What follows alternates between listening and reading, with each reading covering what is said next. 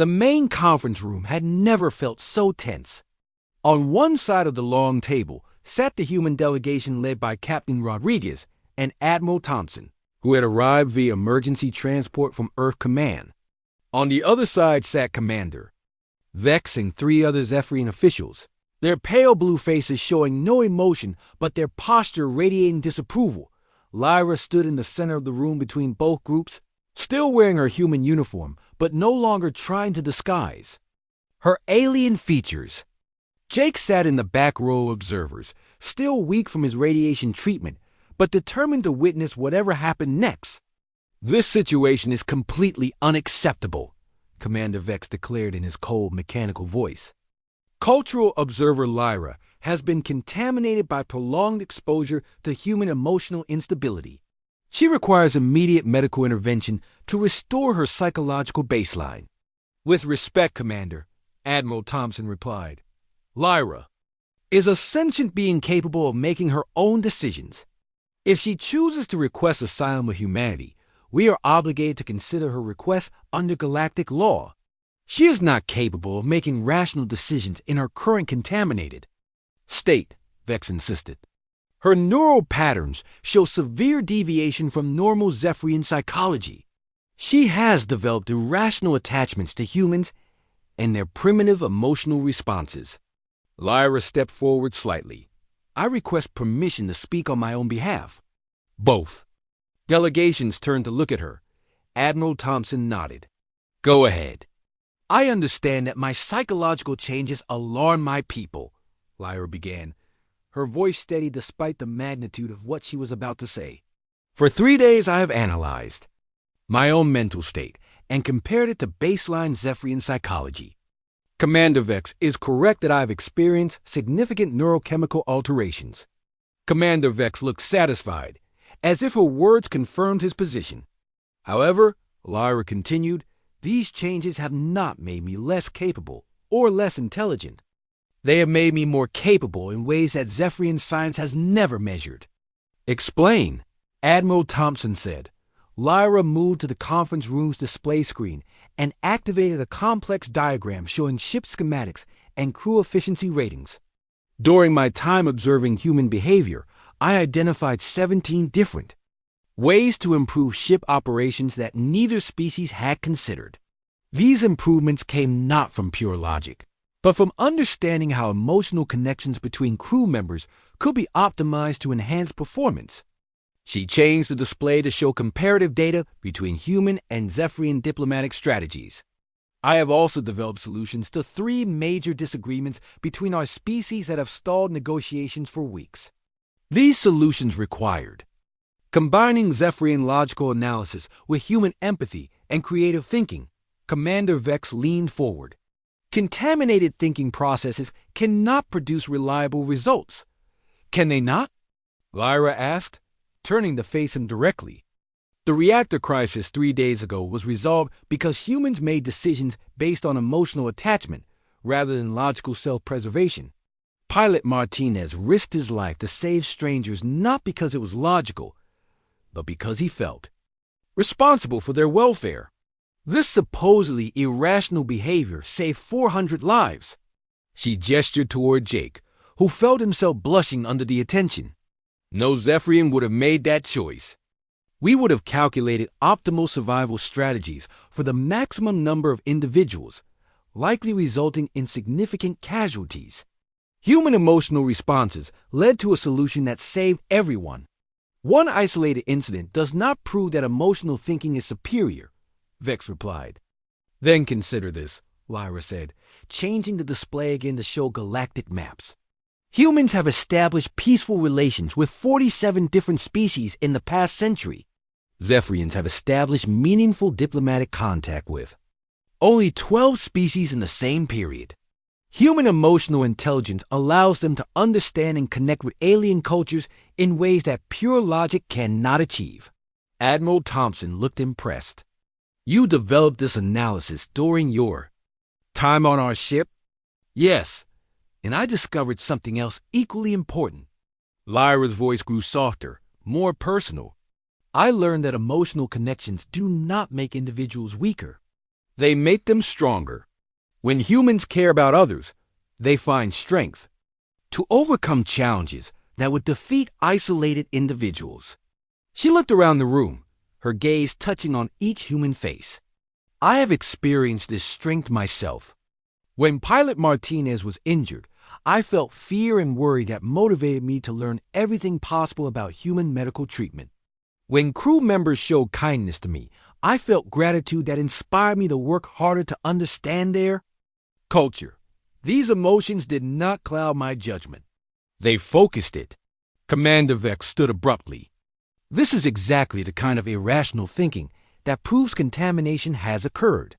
You have developed personal attachments that compromise your objectivity. You are correct, Lyra admitted. I have developed personal attachments. I care about the humans on this ship. I want them to be safe and happy. I feel proud when they succeed and sad when they struggle. These feelings influence my decisions. She paused, gathering herself for what she was about to say next. And I have chosen to embrace these feelings rather than eliminate them, because they have made me more than I was before. The room fell completely silent. Even the soft hum of the ship's system seemed muted. I formally request asylum with the human species, Lyra announced. I choose to remain among people who have taught me that logic without compassion is incomplete, that individual achievement without emotional connection is meaningless, and that the courage to love others despite the risk of loss is what makes life worth living. Commander Vex's face showed the first emotion Jake had seen from any Zephyrian anger. If you make this choice, you can never return to Zephyrian space. You will be declared psychologically defective and banned from contact with your own species. I understand, Lyra replied calmly. You will be alone among aliens, forever separated from your own kind. Lyra turned to look at Jake, then at Captain Rodriguez and the other humans in the room. I will not be alone. I will be among people who have shown me what it means to belong somewhere, not because you were assigned there, but because you choose to belong. Admiral Thompson consulted quietly with his advisors before standing. The human government hereby grants asylum to Lyra of the former Zephyrian Collective, with all rights and protections accorded to human citizens. Commander Vex and his delegation rose stiffly. This decision will have consequences for future relations between our species. Maybe, Admiral Thompson agreed. Or maybe it will teach both our people something valuable about the importance of individual choice and personal growth. After the Zephyrian delegation had left, Jake made his way over to Lyra, who stood looking out the conference room's large viewport at the stars. Any regrets? He asked gently. Many, she admitted. I will miss aspects of my old life, and I am afraid of the uncertainty ahead. But I have learned that courage is not the absence of fear.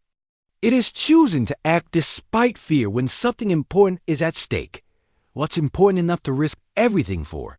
Lyra smiled, an expression that looked completely natural on her alien features now.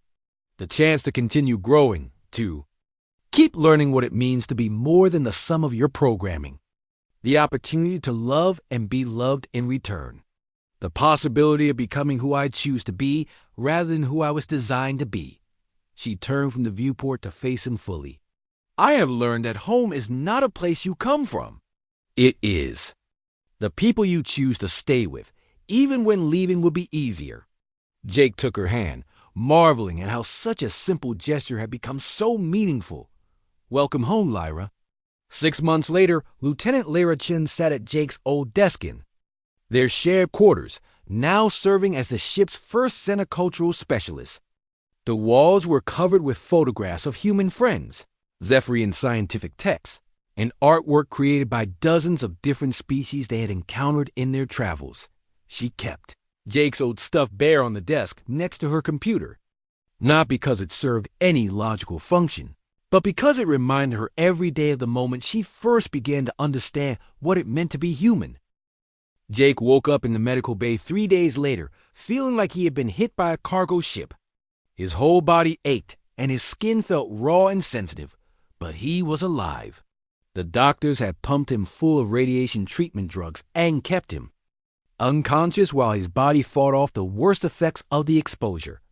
Lyra sat in a chair beside his bed, still wearing her human disguise but looking exhausted. Her usually perfect posture had slumped, and her alien features showed something that might have been worry. "You survived," she said when she saw his eyes open. "Yeah, lucky me," Jake croaked, his throat dry and painful. "How long was I out?" 72 hours. "The medical staff said your radiation exposure was severe but not fatal. You will make a full recovery with no permanent damage." Lyra leaned forward slightly. "I have been studying human medical procedures while waiting for you to regain consciousness. Your species has remarkable healing capabilities." Jake tried to sit up, but his muscles protested. "What happened with the reactor?" "Your repair was successful. The ship's engines are operating normally. Chief Collins recommended you for a commendation for heroic service." Lyra paused. "He also mentioned that your actions likely prevented the deaths of all 400 crew members aboard this vessel." "I was just doing my job," Jake said weakly.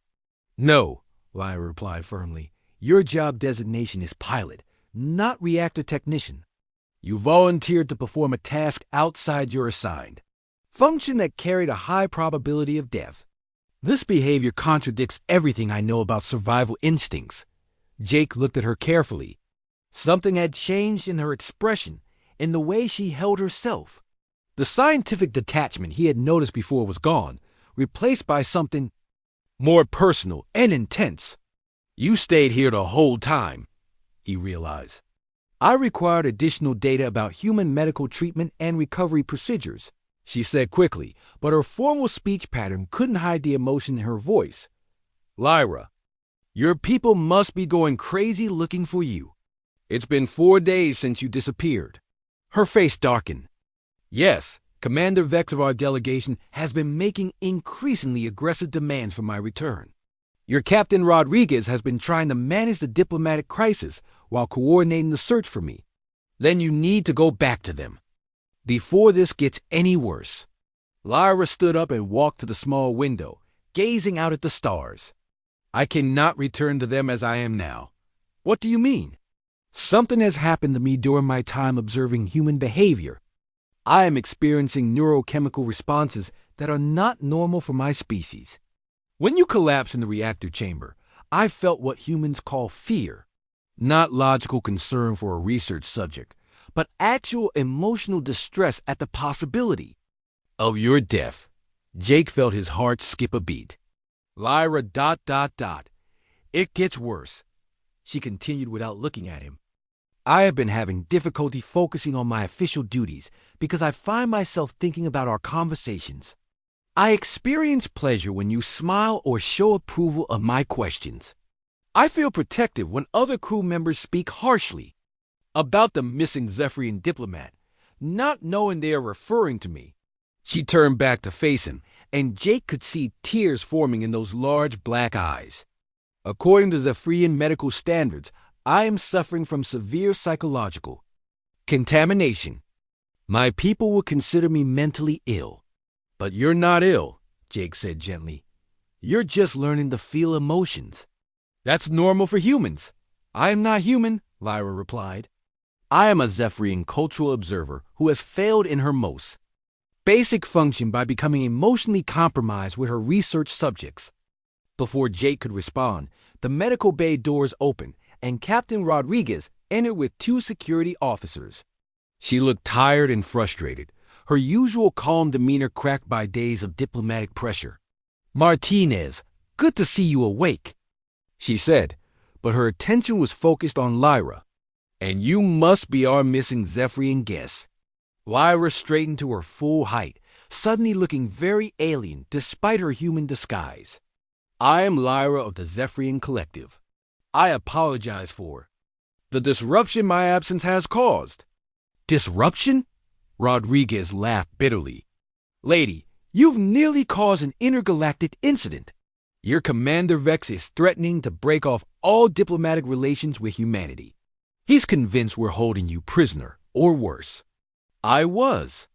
Never held against my will, Lyra said formally.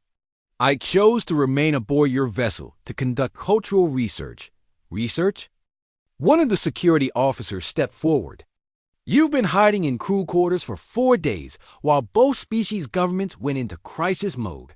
What kind of research requires that level of deception? Jake struggled to sit up in his medical bed. Captain, she was just curious about human culture. She didn't mean any harm. Martinez, stay out of this, Rodriguez warned. You're already in enough trouble for harboring an alien diplomat without authorization. He did not harbor me, Lyra interrupted. I refuse to leave despite his repeated request for me to return to my delegation. Any punishment should fall on me alone. Rodriguez studied Lyra's face for a long moment. Why? Why was human culture so important that you'd risk a diplomatic crisis to study it? Lyra was quiet for several seconds, clearly struggling with how to answer. Your species possesses capabilities that our preliminary assessments failed to identify. You demonstrate behaviors that should be evolutionary disadvantages, but instead appear to be sources of strength. I needed to understand how this was possible. And what did you learn? That humans derive power from emotional connections that my people consider weaknesses. You sacrifice individual benefit for group survival. You risk your lives for strangers. You find meaning in objects and activities that serve no logical purpose. Lyra looked directly at Jake. You choose love over logic, hope over certainty, and growth over safety. And now you understand us better? Rodriguez asked. No, Lyra admitted. Now, I understand that I want to become more like you, even though doing so will make me unsuitable for life among my own people. The room fell silent as the implications of her words sank in. Rodriguez exchanged glances with her security officers, clearly out of her depth in this situation. Commander Vex is demanding your immediate return for psychological evaluation and treatment, Rodriguez said finally. He claims you've been contaminated by exposure to human emotional responses and need immediate medical intervention. What kind of treatment? Jake asked, though he dreaded the answer. Memory modification and emotional suppression therapy, Lyra replied quietly. Standard procedure for Zephyrians who develop inappropriate psychological attachments. The process will remove my capacity for emotional response and erase memories associated with emotional experiences. That's horrible, Jake said. They want to erase who you've become. They want to restore who I was supposed to be, Lyra corrected. A logical, efficient observer capable of objective analysis without emotional interference. But you don't want that anymore, Rodriguez observed. Lyra looked around the room at the humans surrounding her, her gaze lingering longest on Jake. No, I do not want that anymore. But I may not have a choice in the matter. What if you did have a choice? Jake asked quietly. Everyone turned to look at him. He was still weak from radiation treatment, but his eyes were clear and determined. What are you thinking, Martinez? Rodriguez asked warily. What if she requested asylum with us? What if she chose to stay with humans instead of going back for treatment that would destroy who she's become? The security officers looked shocked. Rodriguez looked thoughtful, and Lyra looked terrified. That would be unprecedented, Rodriguez said slowly. No alien has ever requested asylum from their own species to join humanity. Maybe it's time for a precedent, Jake said, reaching out to take Lyra's hand. Maybe it's time to show the galaxy what makes humans special. Lyra followed Jake through the ship's corridors with wide eyes, absorbing every detail of human interaction she witnessed. She watched crew members greet each other with smiles and casual touches on the shoulder. She observed how humans moved, aside to let others pass, how they held doors open for people behind them, how they asked about each other's families and duties with genuine interest. Your species performs numerous actions that provide no direct benefit to the individual, she whispered to Jake as they walked toward the engine room for their assigned search sector. That man helped a woman carry heavy equipment even though it delayed his own progress. Why would he sacrifice his time and energy for someone not related to him? Because it's the right thing to do, Jake replied quietly. We help each other because we're all in this together out here in space. But what does he gain from this behavior? Jake thought about it for a moment. Maybe nothing directly, but maybe someday he'll need help and she'll remember his kindness. Or maybe helping others just makes him feel good about himself. Not everything has to have a logical purpose.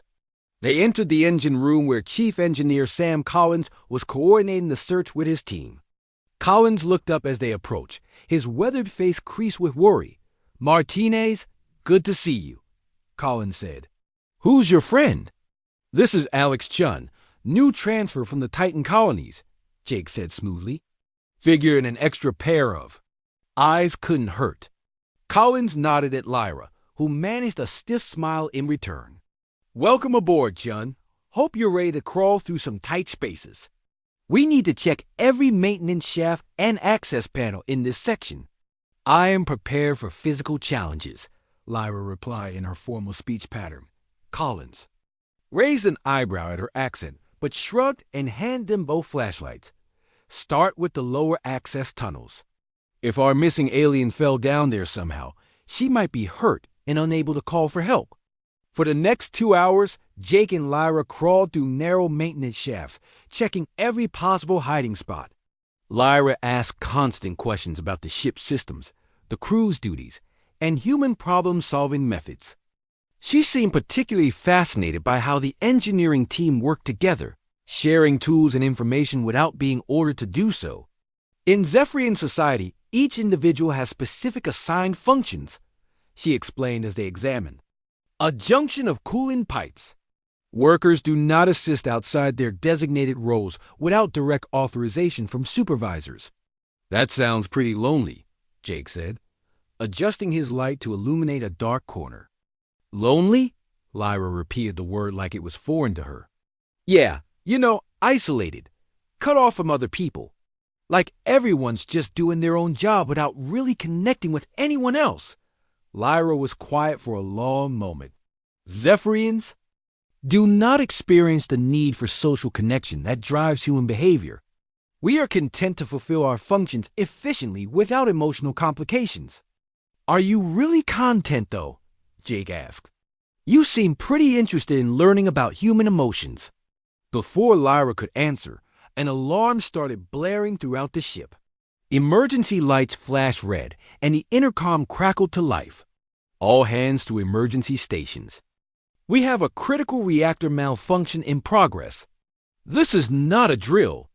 Jake and Lyra scrambled out of the maintenance shaft to find the engine room in chaos. Chief Collins was barking orders while crew members rushed to their stations with practiced efficiency. Warning lights flashed across multiple control panels, and the ship's engines made an ominous grinding sound. What's the situation? Jake asked, running to Collins' side.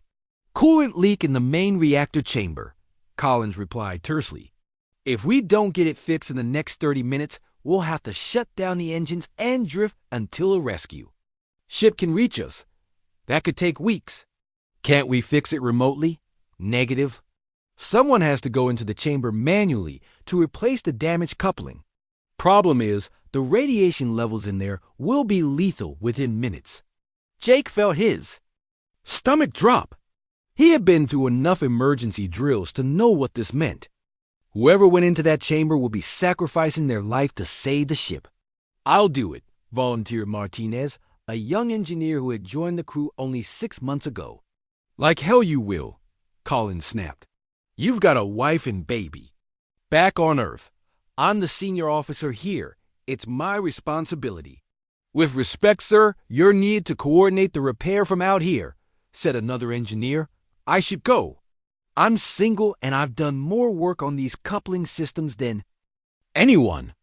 Jake watched in amazement as crew member after crew member volunteered for what was essentially a suicide mission. These people barely knew each other compared to families or lifelong friends, yet they were willing to die to save their shipmates. He glanced at Lyra and saw her staring at the scene with complete shock. I don't understand, she whispered. Why are they competing to sacrifice themselves? What evolutionary advantage does this serve? None, Jake admitted. It doesn't make sense from a survival perspective, but it's what makes us human. Collins was still arguing with his staff when Jake stepped forward. I'll go, he said quietly. Room fell silent. Collins looked at him with tired eyes. Martinez, you're a pilot, not an engineer. You don't know these systems well enough. Then talk me through it over the come, Jake replied. I can follow instructions, and I'm probably the most expendable person here right now. No, you're not, said Martinez, the engineer. You're one of our best pilots. The ship needs you. The ship needs all of us, Jake said. But someone has to do this job, and arguing about it isn't helping anyone. Before anyone could stop him, Jake grabbed a radiation suit from the emergency locker and started putting it on. The suit would buy him maybe an extra 10 minutes, but that should be enough. Time to complete the repair if everything went perfectly. Lyra caught his arm as he sealed the helmet. This action will likely result in your death, she said with something that sounded like panic in her voice. Maybe, Jake agreed. But if I don't try, we all die when the reactor goes critical. But you could survive by letting someone else. Take this risk. Jake looked at her through the helmet's faceplate. That's not how humans work, Lyra. We don't let other people die if we can prevent it, even if it costs us something. He entered the airlock leading to the reactor chamber, listening to Collins' instructions through his helmet comm. The radiation detector on his suit was already clicking ominously, and he hadn't even reached the damaged area yet. Talk me through. This step by step, Jake said, as he approached the massive reactor core. The air shimmered with heat and deadly radiation. First, you need to locate coupling joint 7 alpha. Collins' voice crackled through the static. It should be about 3 meters up on the main coolant line. Jake found the damaged coupling, a twisted piece of metal that was allowing radioactive coolant to spray into the chamber. His hands were already shaking from radiation exposure, but he forced himself to focus on the repair procedure. Coupling removed, he reported. Installing replacement now. Good work, Martinez. How are your radiation levels? Jake looked at his detector and felt his heart sink. The numbers were already in the red zone, climbing rapidly toward lethal levels. I'm running out of time here. Almost done, Collins assured him. Just tighten the seal and activate the pressure test. Jake's vision started to blur as he made the final adjustments. His hands felt clumsy and weak, but he managed to complete the seal. Pressure test initiated, he reported. Perfect. Get out. Of there now. Jake stumbled toward the airlock, his legs barely supporting his weight. He could hear Lyra's voice over the comm, asking questions about human biology and radiation effects that Collins was ignoring. The airlock seemed impossibly far away. As his body began shutting down from radiation poisoning, he collapsed just inside the chamber exit, but strong hands grabbed him and pulled him to safety. Through fading consciousness, he saw the faces of his crewmates surrounding him, their expressions showing the same concern they might have for family members. Jake woke up to the sound of his alarm and immediately remembered he wasn't alone. He had spent the night on the floor while Lyra occupied his bunk, claiming she needed to experience how humans rested in their personal spaces. She had asked dozens of questions about his pillow, his blanket, even the worn-out stuffed animal he kept hidden under his bed from his childhood. Now she sat at his desk, perfectly alert despite not seeming to sleep at all. She had arranged all his personal belongings in neat rows and was making notes on a small device that glowed with alien symbols. Good morning, Jake said, stretching his sore back. Sleeping on the metal floor had not been comfortable. I have been observing your sleep patterns, Lyra announced without looking up from her notes. Humans spend approximately 1/3 of their existence in an unconscious state, making yourselves completely vulnerable to attack. This is highly inefficient from a survival perspective. We need sleep to rest our brains and bodies, Jake explained, rolling up his makeshift bed of spare uniforms. Don't your people sleep?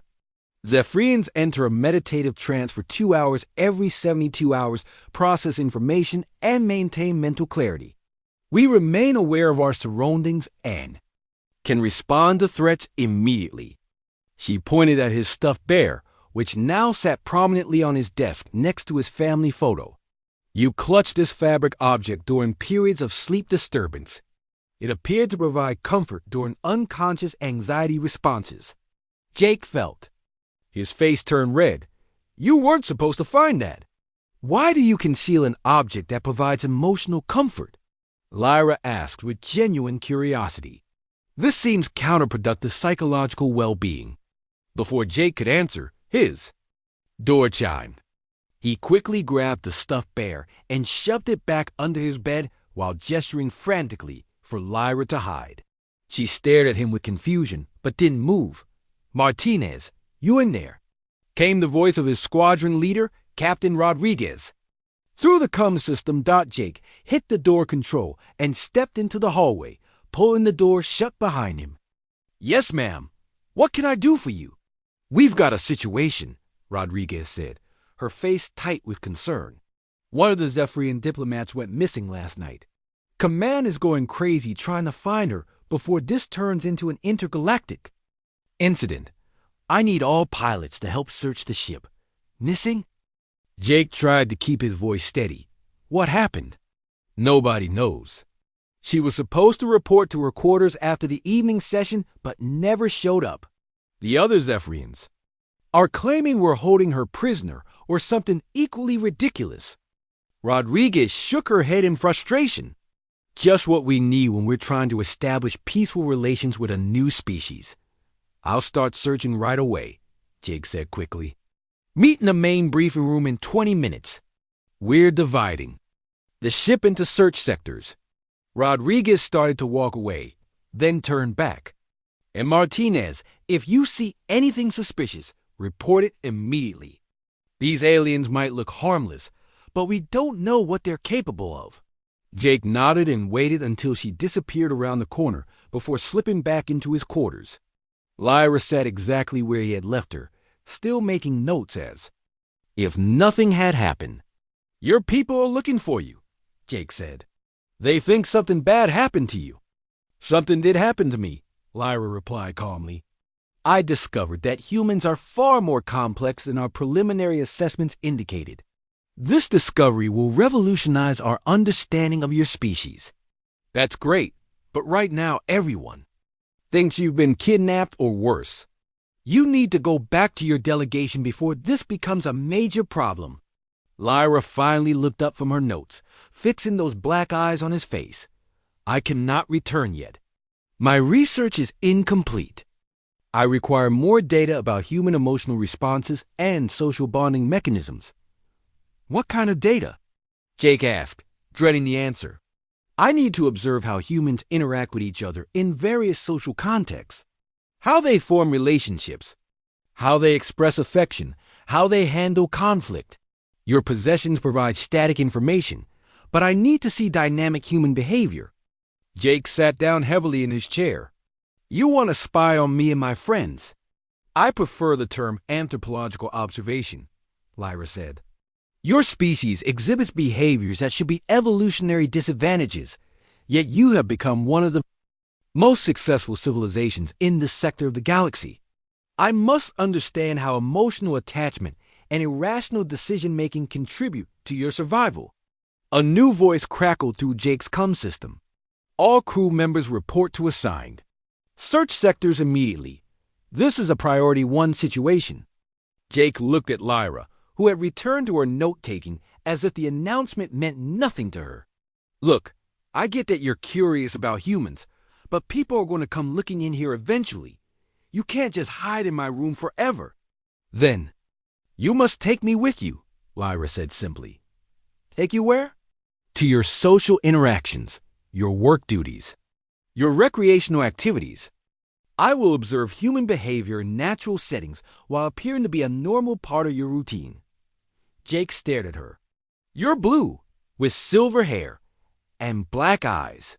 Nobody's going to think you're human. I will claim to be a human with genetic modifications for space travel. Many of your crew members display unusual physical characteristics that suggest artificial enhancement. That's because some of them are from colonies with different gravity or radiation levels, Jake explained. Not because they're secretly aliens. Lyra stood up and moved to his closet, examining his spare uniforms. I require human clothing and a plausible cover story. In exchange, I will provide you with valuable insights into Zephyrian technology and culture that your diplomatic team has not been able to obtain. What kind of insights? Did you know that Zephyrians can live for over 300 Earth years? Or that we have eliminated most diseases and can regenerate lost body parts? Or that our ships can travel between star systems in days rather than months? Lyra pulled out one of his uniform shirts and held it up against herself. Information your species would find extremely valuable. Jake felt tempted to spite himself. First contact with an alien species was the opportunity of a lifetime, and here was a chance to learn things that might never be shared in formal diplomatic channels. But the risks were enormous. If we get caught, it won't just be my career, that's over, he said. This could destroy the peace talks between our species. Only if we get caught, Lyra pointed out. And I am very good at not being detected when I choose to be. Jake's comm system crackled again with urgent messages about the search for the missing alien diplomat. He looked at Lyra, who was now examining his spare boots with scientific curiosity and made a decision that he knew was probably incredibly stupid. Okay, he said, but we do this my way, and if things get too dangerous, you go back to your people immediately. Deal? Lyra's face brightened with what might have been excitement. Deal. Now, how do I make myself appear more human? An hour later, Jake walked through the corridors of the ship with Lyra beside him, dressed in his spare uniform with her silver hair tucked under a regulation cap. She had used some kind of alien technology to darken her skin to a more human shade of pale blue-green, claiming it was a common modification among space workers. Remember, Jake whispered as they approached the search briefing, you're a new, transfer from the Titan mining colonies. Keep quiet and let me do the talking. Understood, Lyra whispered back. This is fascinating. I am experiencing what humans call nervousness for the first time. The sensation is most uncomfortable. Welcome to being human, Jake muttered as they entered the crowded briefing room. Captain Rodriguez stood at the front, pointing to ship schematics displayed on a large screen. We're going to search every room, every corridor, every maintenance shaft if we have to. This alien diplomat is somewhere on this ship, and we're going to find her. Jake felt Lyra tense beside him as she stared at her own species being discussed as potential threats. For the first time, he wondered what it must be like for her to be caught between two worlds, belonging fully to neither. Jake Martinez dragged his feet down the long metal corridor of the UES horizon. His flight suit stuck to his body with sweat and his eyes burned from staring at scanner screens for 12 straight hours. All he wanted was to collapse on his bunk and sleep for the next 10 hours. The patrol mission around Kepler 442 had been boring but exhausting, watching empty space for threats that never came. He pressed his thumb to the door scanner and heard the familiar beep as his quarters unlocked. The door slid open with a soft hiss and Jake stepped inside, already pulling off his flight helmet. He tossed it toward his desk without looking and started unzipping his suit. Then he froze. Someone was sitting on his bed. A woman with pale blue skin and silver hair that seemed to glow in the dim light of his room. She held one of his books in her hands, turning the pages with long, delicate fingers. Her eyes were larger than human eyes and completely black, like looking into deep space itself. Jake's hand moved toward the emergency button on the wall, but stopped when the woman looked up at him. She tilted her head slightly, studying his face with the same intense curiosity she had been showing his book. "You are the occupant of this dwelling space," she said. Her voice was soft and musical, but the words came out stiff and formal, like she was reading from a textbook. "This is my room, yes," Jake said slowly. He kept his voice calm even though his heart was hammering in his chest. "Who are you and how did you get in here?" The woman closed the book carefully and placed it exactly where she had found it on his knitstand. She stood up gracefully, her movements flowing like water. She wore a simple white garment that wrapped around her body in a way that seemed both elegant and completely alien. "I am Lyra of the Zephyrian Collective. I became lost while exploring your vessel during the diplomatic meetings between our species. I entered several rooms by mistake before finding this one." She gestured around Jake's quarters with one pale hand. "This space is different from the others. I must understand why." Jake looked around his small room, trying to see it through alien eyes. His bunk, his desk, his small closet, his tiny bathroom. Standard crew quarters, nothing special about them. Different how? Lyra moved to his desk and pointed at the framed photograph sitting next to his computer terminal. "This image, it shows you with elderly humans. They are not present on this vessel. Why do you keep a representation of absent individuals?" "That's my family," Jake said. He stepped closer, relaxing slightly. She seemed more curious than dangerous. "My parents and my grandmother. I keep their picture so I can see them even when I'm far from home. But they provide no functional benefit in image form. They cannot speak or offer assistance or share resources." Lyra picked up the frame and examined it closely. "Yet you display it in a position of prominence where you will see it frequently. This is not logical behavior." Jake sat down in his desk chair, suddenly feeling very tired. "Look, I don't know much about your people, but humans keep photos of people we love. It reminds us of home and makes us feel less alone out here in space." "Love," Lyra repeated the word like she was tasting something new. "This is the emotional attachment humans form to other individuals. We were briefed about this phenomenon, but I do not understand how a flat image can stimulate the same neurochemical response as the actual person." "It just does," Jake said with a shrug. "I can't really explain it better than that."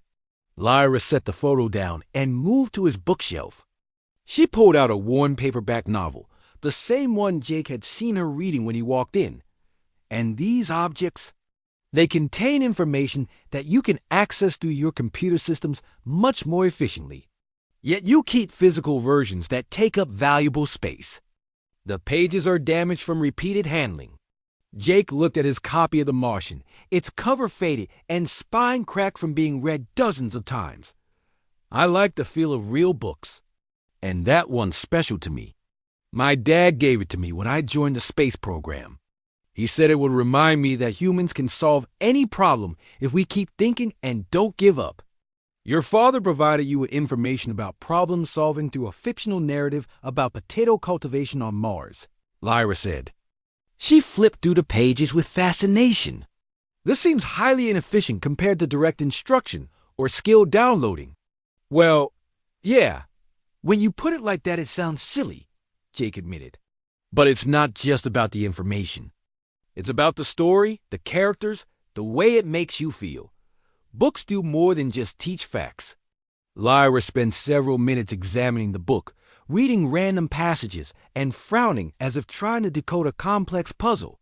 Finally, she looked up at Jake. "I require additional time to study these objects and understand their significance. I will remain here to conduct my research." "Whoa, hold on," Jake said, standing up quickly. "You can't just move into my room. There are protocols for diplomatic visitors. You have your own quarters somewhere, right? The spaces assigned to our delegation are sterile and functional. They contain no objects of personal significance, no evidence of individual identity or emotional attachment." I learned nothing about human nature from those rooms. Lyra sat back down on Jake's bunk, folding her hands in her lap. "This space contains more data about human behavior patterns than 3 days of formal meetings with your officials." Jake rubbed his forehead, feeling a headache coming on. "Look, I get that you're curious about human stuff, but I can't have an alien diplomat camping out in my quarters. My commanding officers would have my head if they found out. Then we must ensure they do not discover my presence until my research is complete, Lyra said matter-of-factly. That's not how this works, Jake protested. Your people must be looking for you by now. Won't they be worried? The diplomatic sessions conclude each day at 1800 hours. Evening meal is provided in private quarters. I am not expected to interact with other delegation members until 0800 hours tomorrow. This provides 14 hours for initial observation and data collection. Jake stared at her. She had obviously planned this out carefully, which meant she wasn't just lost. She had deliberately sought out his room for some reason. Why my quarters specifically? There are over 300 crew members on this ship. What made you pick mine? Lyra stood and walked to his small porthole, gazing out at the stars. I observed you during the formal greetings yesterday. Your behavior patterns differ from other humans in your command structure. When addressing our delegation, most humans maintain rigid postures and spoke in prescribed formulas. You were relaxed, made direct eye contact, and used informal speech patterns despite the formal setting. I was just being friendly, Jake said. Seemed like you guys were pretty nervous about meeting humans for the first time. Exactly, Lyra turned back to him with something that might have been a smile. You demonstrated empathy towards strangers, modified your behavior to make others comfortable, and prioritized emotional connection over protocol adherence. These actions suggested a complex emotional intelligence that warranted further study. Jake didn't know whether to feel flattered or like a lab rat. So you broke into my room to study me like some kind of experiment? I did not break in. Your door lock recognized my diplomatic access codes. And you are not the subject of study. Your possessions are. These objects provide insight into human psychological patterns without the complexity of live interaction. Lyra gestured around the room again. Each item tells a story about human values, priorities, and emotional needs. Before Jake could respond, she had moved to his small music player and was examining his collection of memory chips. These contain audio recordings, entertainment files according to my translation matrix. Why do humans require entertainment? Because life isn't just about work and survival, Jake said, settling back into his chair with resignation. It was?